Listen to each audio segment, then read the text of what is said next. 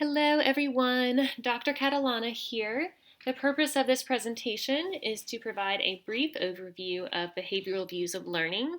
Now just to clarify for my EDCO 200 students, I have linked several quick videos and an article for you to read on this topic, so I won't go into detail on everything in this presentation. Now I'm starting this with a picture of some adorable children, and for the most part, if I were the teacher, I would like what I see, right? They're raising their hands, they seem to be engaged, and they're working hard. When we think about behaviorism, typically we think about maintaining quality behavior in the classroom, which unfortunately has this tone of making sure nothing bad happens. And I would like to challenge you guys to think more about the positives of encouraging our students to do more of the positive behaviors that we see. That's something that thankfully you have witnessed at Sunset Park. So behaviorism focuses on external events and how these external events cause observable behaviors. So for example, if you're in the classroom working in your groups and there's a lot of noise, you have definitely heard me say, if you can hear me, clap once. If you can hear me, clap twice, right? You are so used to doing that. The external event is, if you can hear me, clap once. My observable behavior is the clap and you being quiet, okay? So that's just a really simple example. So here's our learning objectives. I have tried to keep these in similar format that you're used to. A couple of things to notice here. There are two different types of conditioning, and we'll talk through both in this presentation, being classical and operant conditioning. All of these terms are really important in terms of your learner support report, so I would encourage you to try your best to use as much professional vocabulary as possible. So we'll focus on the difference between classical and operant conditioning, discuss the components of classical conditioning, and that's where we get these terms such as the different types of stimuli and responses. And then finally, we will discuss how classical conditioning is really important in the context of poverty. Okay, so you have most likely heard of Pavlov's dog. This experiment is pretty famous. Basically, anything with classical conditioning is an involuntary response. It's something that happens naturally. So the example of Pavlov's dog, of course, is salivating at the sight of food. It's not as if we had to teach the dog how to salivate at the sight of food. When we think about humans, a very common one is fear. I don't have to teach anyone how to be afraid, sadly. So a lot of times our students will have fear responses, and they have learned those through classical conditioning. So again, focuses on involuntary emotional or physiological responses. Most common in the classroom I have seen is fear, increased tension, salivation, like in the example of the dog. We as individuals can be trained to react to a stimulus that previously had no response. Okay, so imagine that you go to the doctor and you need a shot. Now, chances are no one in the class actually likes a shot, right? So I, for one, do not like going to the doctor. And I always get nervous when I smell, that alcohol smell. So the reason for that is because I have paired two things together. So the stimulus is that smell of alcohol right before you're getting a shot. The response is my observable reaction. So the fact that I know every single time I get my arm cleaned like this, I'm most likely to get a shot, right? So those two things have been paired together multiple times.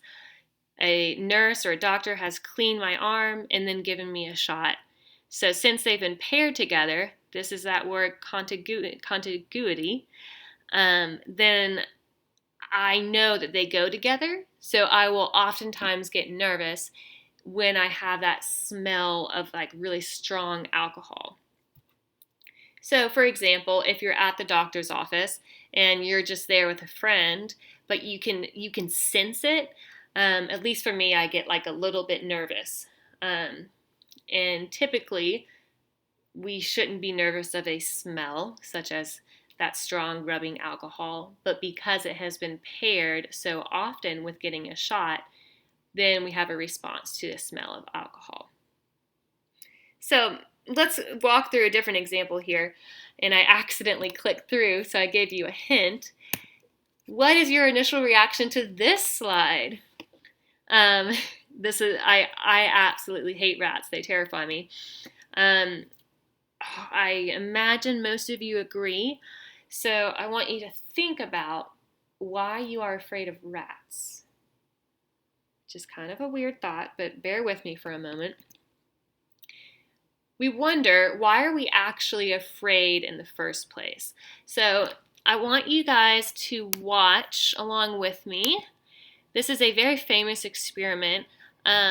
Little Albert, and I apologize, the actual footage is not great. It's just that it's that old. All right. For many scientists, it's your experiences in life that count. Your upbringing, your education, your environment. Chief among these scientists is psychologist John Watson, who offers a theory that is the mirror opposite of eugenics.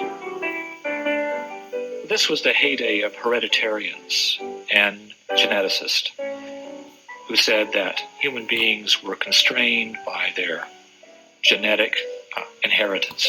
And Watson was saying that this is baloney, that human beings were shaped solely by their environment.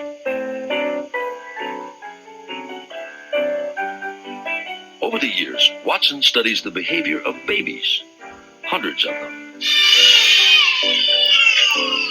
To Watson, we arrive in the world a blank slate, tabula rasa. Nearly everything is learned, even things we think are instinctual, like fear. To prove that environment is more powerful than genetics, Watson designs an experiment for an infant known as Little Albert. He's so confident, he films it for posterity. At first, Albert shows little fear, even when Watson places a burning newspaper in front of him. Okay, I know this is weird, but basically what this experiment is doing is we have this little baby, and Watson, the experimenter, is basically bringing out various objects such as fire or a scary dog that we feel like we're just naturally afraid of, and he's showing that the infant is not naturally afraid of these things. Albert is also unafraid when he encounters a white rat for the first time in his life. But then Watson shows Albert the rat accompanied by a loud clanging noise, one of the few things that upsets little Albert. And he does it again. And does it again. Eventually, Albert learns to fear not just the rat, but all furry things, even without the loud noise. In Watson's mind, the Little Albert experiment is a success because it proves that fears are learned, not inherited. Watson calls his theory behaviorism and begins to popularize it. He urges parents to take active control of their children's upbringing by shaping their environment. To think of the home as a scientific laboratory. Okay, so what just happened? Basically, this experiment is talking about, okay, we see a rat now and most of us are afraid, but you just saw a video of this little adorable infant, poor thing, who was exposed to a rat but wasn't scared. What made this rat really scared, or made the human really scared, was the loud clanging noise. So I'm sure you've all had some kind of interaction with the baby. They don't like to be startled. And why it's not common that every time they see a rat, there's a loud clanging noise, it is quite common that when they see a rat, an older adult is screaming, right? So if I walked anywhere near this, I would scream so loud. I would be terrified. And that loud screaming is associated with the rat. So just like in the video, when little Albert's sees the rat and then it's associated with the loud bell or the loud clinging sound, this theory is basically saying we're not naturally afraid of these little guys. We're afraid of them because as a child, when we were with our parents, it was likely that the first time we saw a creature like this, someone screamed, and then we associated that sad, kind of scary noise. So that's known as the little Albert experiment. And this is where we have these various terms from the unconditioned stimulus and response, and then the conditioned stimulus and response. I won't explain all of these in detail right now. That's why I assigned your article. Make sure you do know the difference between unconditioned and conditioned. The unconditioned stimulus is something natural that will be responded to. So for example, if you come anywhere near me with something like a chocolate cake, you don't have to make me want it. That's very natural. I don't have to try to do it. So that's my unconditioned stimulus. For the example that was the dog, the unconditioned stimulus is the food. So the dog smells the food and immediately starts salivating. Your unconditioned response is the salivation. So my natural response to smelling yellow cake with chocolate frosting is I really want it. And it's the same thing with the dog, right? He smells the food and then he is automatically salivating. He doesn't have to try to do so.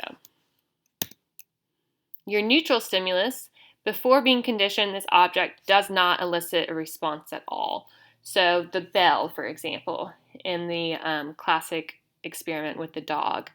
Now, the neutral stimulus alone doesn't do anything, but if paired enough with the unconditioned stimulus, then that neutral stimulus becomes the conditioned stimulus.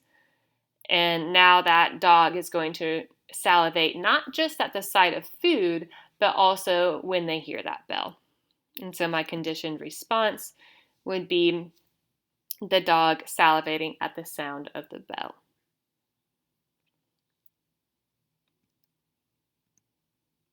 So let's think back to little Albert. The white rat was the non-conditioned stimulus. The neutral stimulus. The loud noise is the unconditioned stimulus. The child is automatically afraid of loud noise. So unconditioned stimulus, unconditioned response. During conditioning or during the experiment, the white rat, the neutral stimulus, is paired with the loud noise, the unconditioned stimulus, and we have some fear. Fear is that unconditioned response. After there's enough pairing going on, the white rat, the conditioned stimulus, can cause fear. Okay, so it's really the takeaway, guys, in your classroom, if there's enough of a negative association between two things, it will impact the way that your students are reacting. And I did share a little bit about that personally in my other video, if you have not seen that. You saw that the child then became fearful not just of a rat, but also any other kind of furry animals. So that's known as generalization, which can get really dangerous because it can kind of paralyze a lot of our students from trying new things. So are all humans naturally afraid of rats? This is a little infant, not in America, and he looks pretty chill, right? And his mom or dad over here I'm assuming mom because of the skirt, looks pretty chill as well. Okay, so imagine maybe this mom never screamed in the presence of these animals, so maybe they're not actually naturally afraid of the rats. I know this picture makes several of you uncomfortable. Okay, so this is a silly example, one of my favorite shows. So he is conditioning Dwight to salivate at the sound of the computer.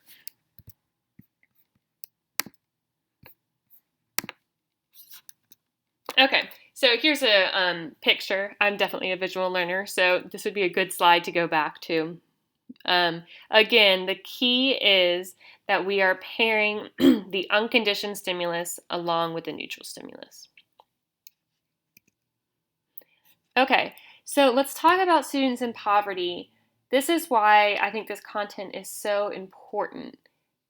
Classical conditioning is anything with involuntary responses. And one of our major responses that's involuntary is fear.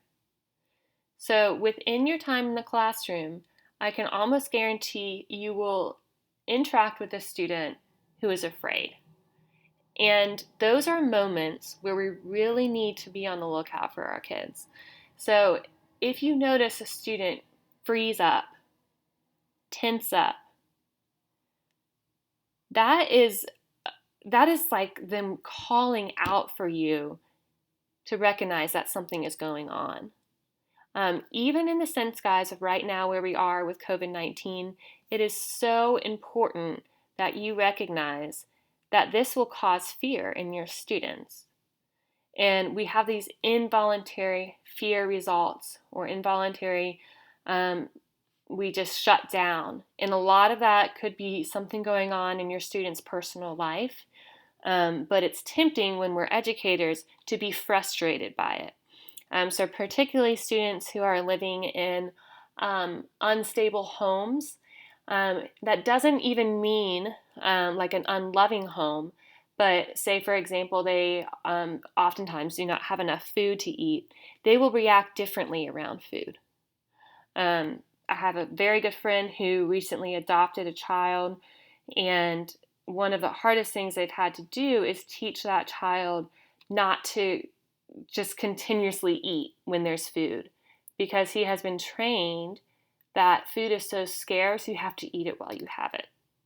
Okay, so classical conditioning, involuntary responses like fear, you have to pay attention to them, because if we don't address them in the classroom, we can't expect our students to do much more. So if you're frustrated with the lack of homework that your kids are completing, maybe look into a potentially underlying reason for that. Okay, so take a second, breathe. We just talked about classical conditioning, right? What are some of the key terms you should remember here? Who is the psychologist, that you should know? More importantly, how should you be able to apply this to the classroom? Okay, so as of now, we've discussed automatic conditioning of reflexes, so salivation and fear. There are several other types of behaviors we would want to be able to control. Things like kids definitely acting out or being a distraction. A lot of the actual behaviors and problems that we have in the classroom are not necessarily about reflex-like responses like fear.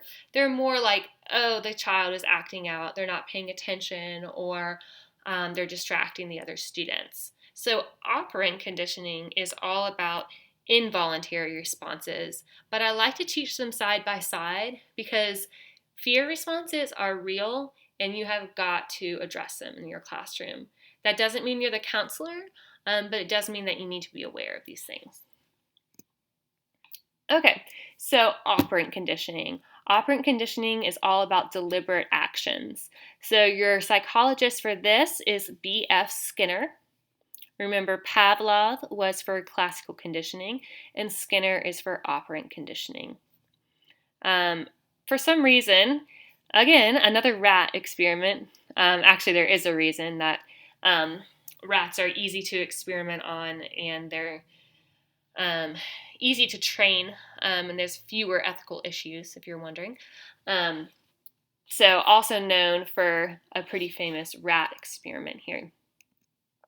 So these are learning objectives that go with operant conditioning. Your operant conditioning, antecedent, behavior, and consequence. We'll walk through an example of this. That's basically kind of like the sequence that operant conditioning goes through. We'll talk about reinforcement, which is adding something, and then punishment, which is taking away something. We'll talk about why we shouldn't use punishment too much. And actually, I should have taken these out.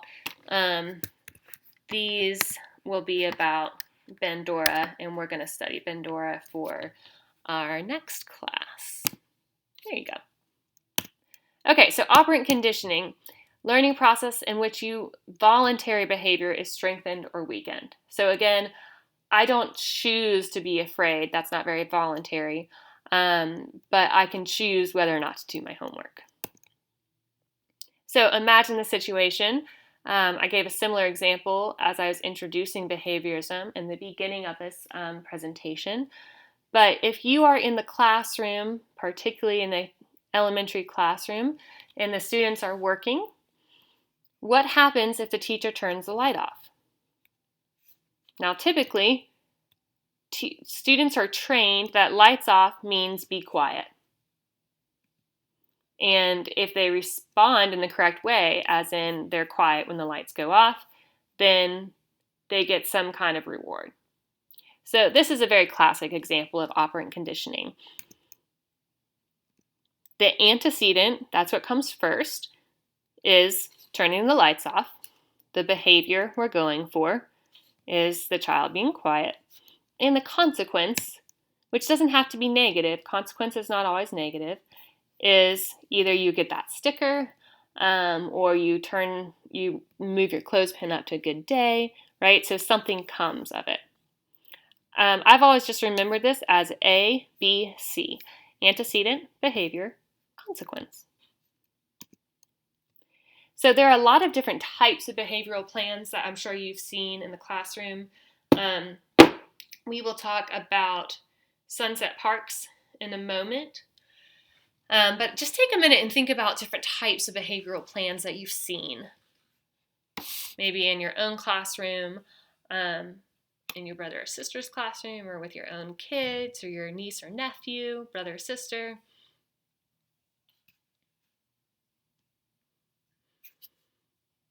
One big delineation here is whether we reinforce or punish.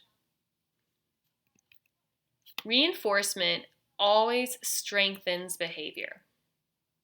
No matter what, it's strengthening a behavior. So if I want to make sure the student continues to do something, I will provide a reinforcement.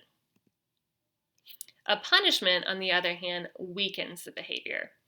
So I want to reinforce behavior that I want to keep going, and I want to punish behavior that I don't want.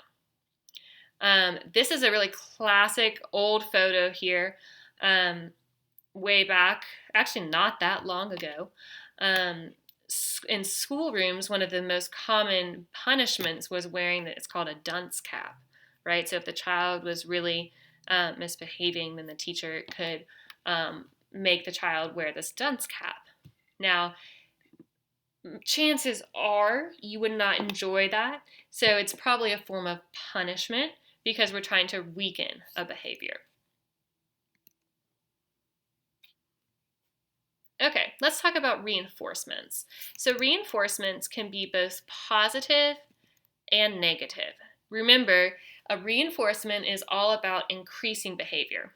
So if it's positive, I'm giving something. So I'm giving stickers to students who are staying on task. If it's negative, that means I'm taking something away that you don't want. So for example, you don't have to turn in your homework, or you turned in all of your homework. I'm reinforcing that behavior, so I'm taking away the fact that you have to do a quiz at the end of the week. one kind of fun example here to help you. Well, thank you. How thoughtful. Would you like a chocolate? Yeah, sure. Thanks. Oh, sorry, Sheldon. I almost sat in your spot. Did you? I didn't notice. Have a chocolate. Thank you.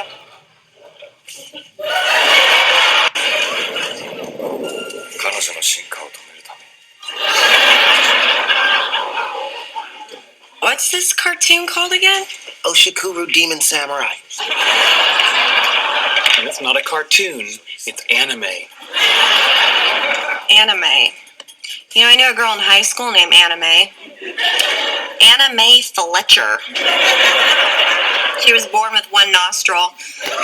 Then she had this bad nose job and basically wound up with 3.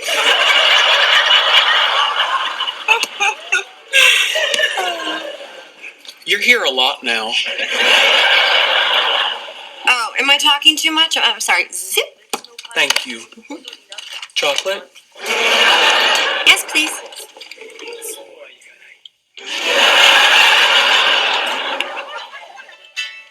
Oh, hey, Kim.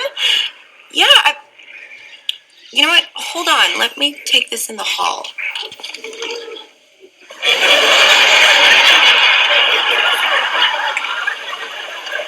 You'll never guess who they got to replace you at work. Okay. I know what you're doing. Really? Yes. You're using chocolates as positive reinforcement for what you consider correct behavior. Very good. Chocolate? No, I Okay, so here, this is an example of operant conditioning.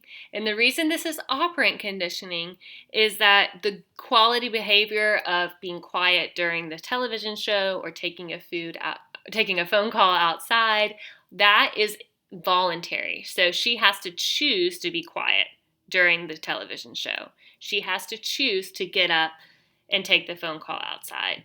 So what's happening in this case is he is providing a positive reinforcement in the chocolate to strengthen the good behavior. Now, punishments work in the opposite direction. Punishments are meant to weaken behavior.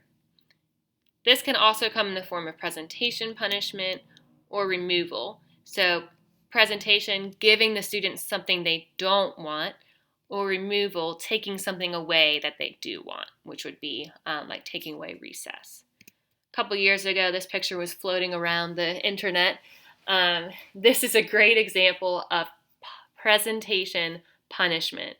This is not something the kids really want to be wearing or doing, right?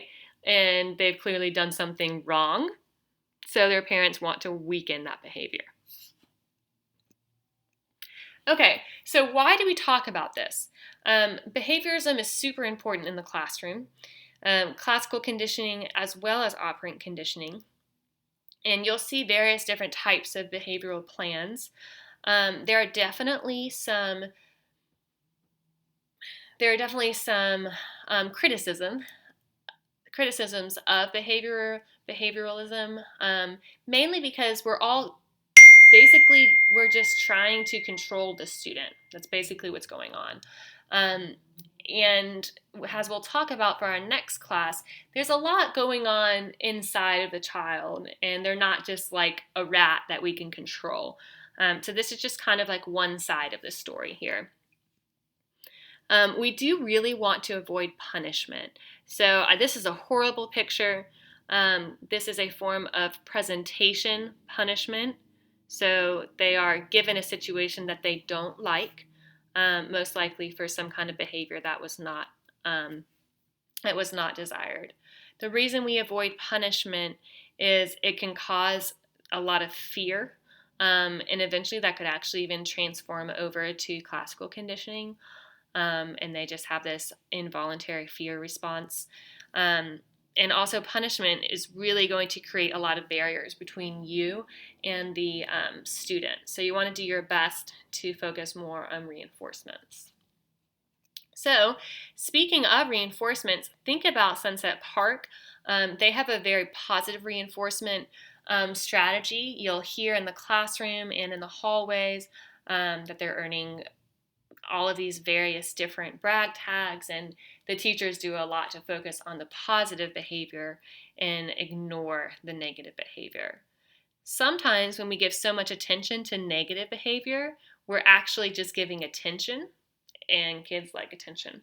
So sometimes we're accidentally actually encouraging students to continue to misbehave.